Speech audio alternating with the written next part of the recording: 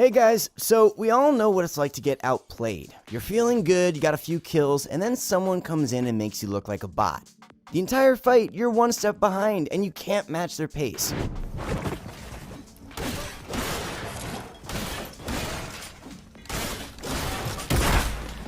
Of course it's Dubs. He's got the strats. He's got the wall strats. He can just take any wall. It literally just take any wall, bro. It's not even the same game. Like we're playing different games. Sound familiar?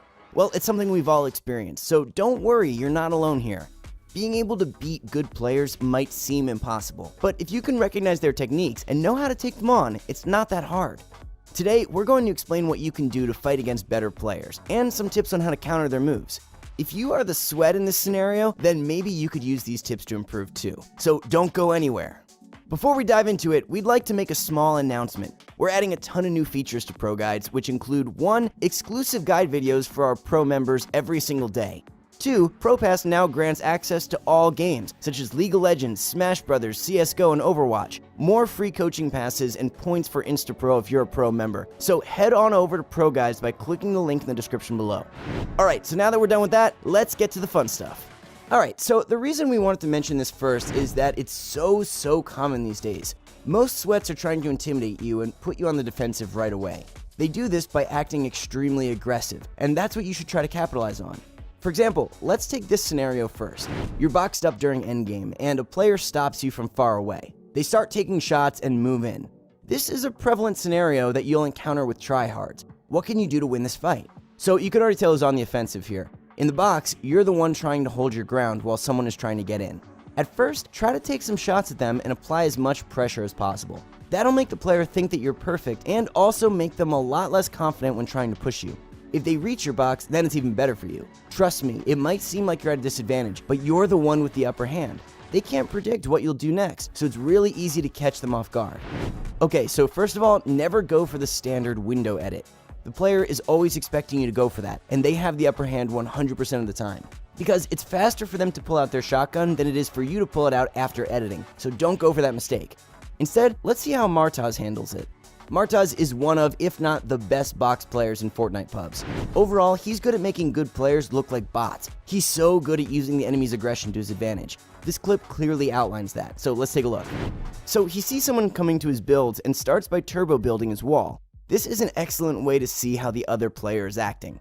As you can see, the enemy begins off super aggressive by heavy sniping the wall, which Martaz quickly counters by just replacing it. Then he goes for this wall edit. Pay close attention to his body movement and positioning. That's important because it cuts down your chances of getting shot at. Martaz then places a trap and boxes the player in. Even though he goes for what is usually a pretty risky edit, the player who's getting trapped is trying to escape and isn't focused on shooting him, so he capitalizes on that. Once the trap goes off, it's merely a matter of going for an easy edit and getting the shot off. At that point, the enemy was utterly distracted, which led to a quick finish. Okay, can I take a second to point out how insane Martaz is? Take a look at this clip right here.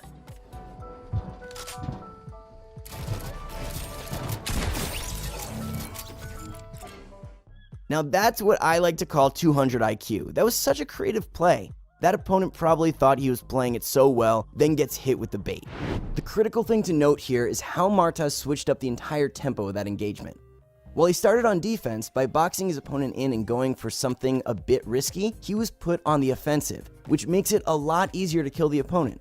In all of these clips, he's able to catch his enemies off guard by just being aggressive. It isn't that hard. Of course, it'll take some time for you to get as good as Martaz, but it's surprisingly easy to use this in game.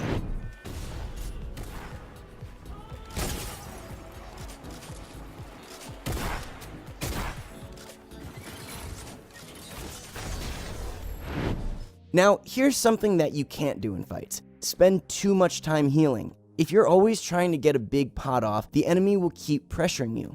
Instead, stay aggressive because it's worth the risk. Besides, if you're playing a sweat, it's not like you'll have the time to get the heal off. You could even go for a bait heal. Act like you're healing and go for a quick shot or edit when they try to break in. The next thing we've got is low ground shots. I can't stress this enough. The low ground is insanely good. Any hyper-aggressive player will automatically assume that since they have the high ground, they have the advantage. This couldn't be farther from the truth, and it's that confidence that makes it easy to handle them. If you're in a scenario where the enemy has the high ground, bait them into thinking that they have a free shot. They'll almost always go for an overpeek and expose their head way too much, which gives you a free shot.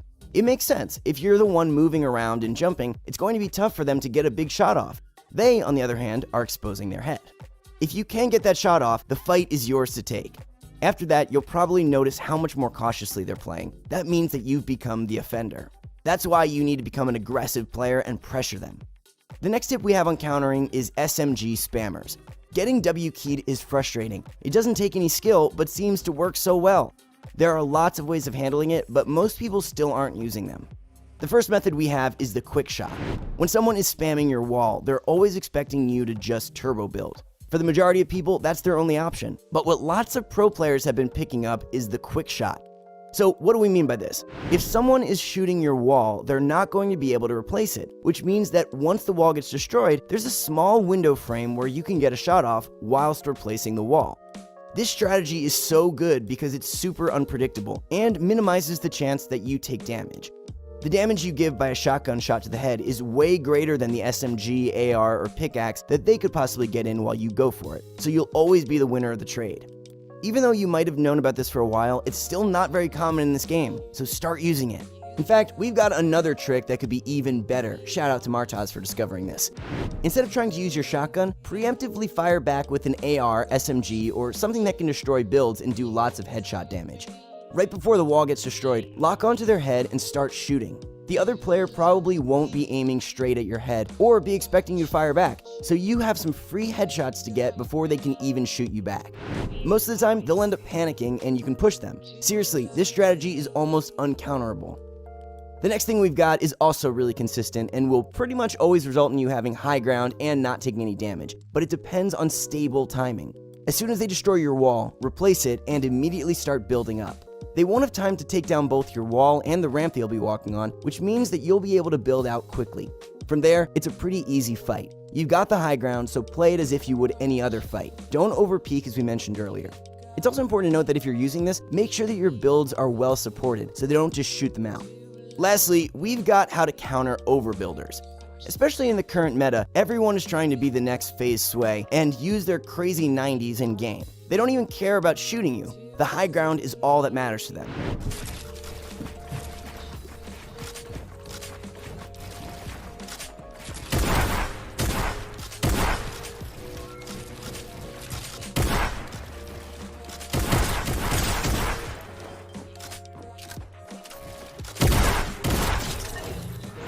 Don't waste your time building up higher and higher because trust me, they'll always have the high ground.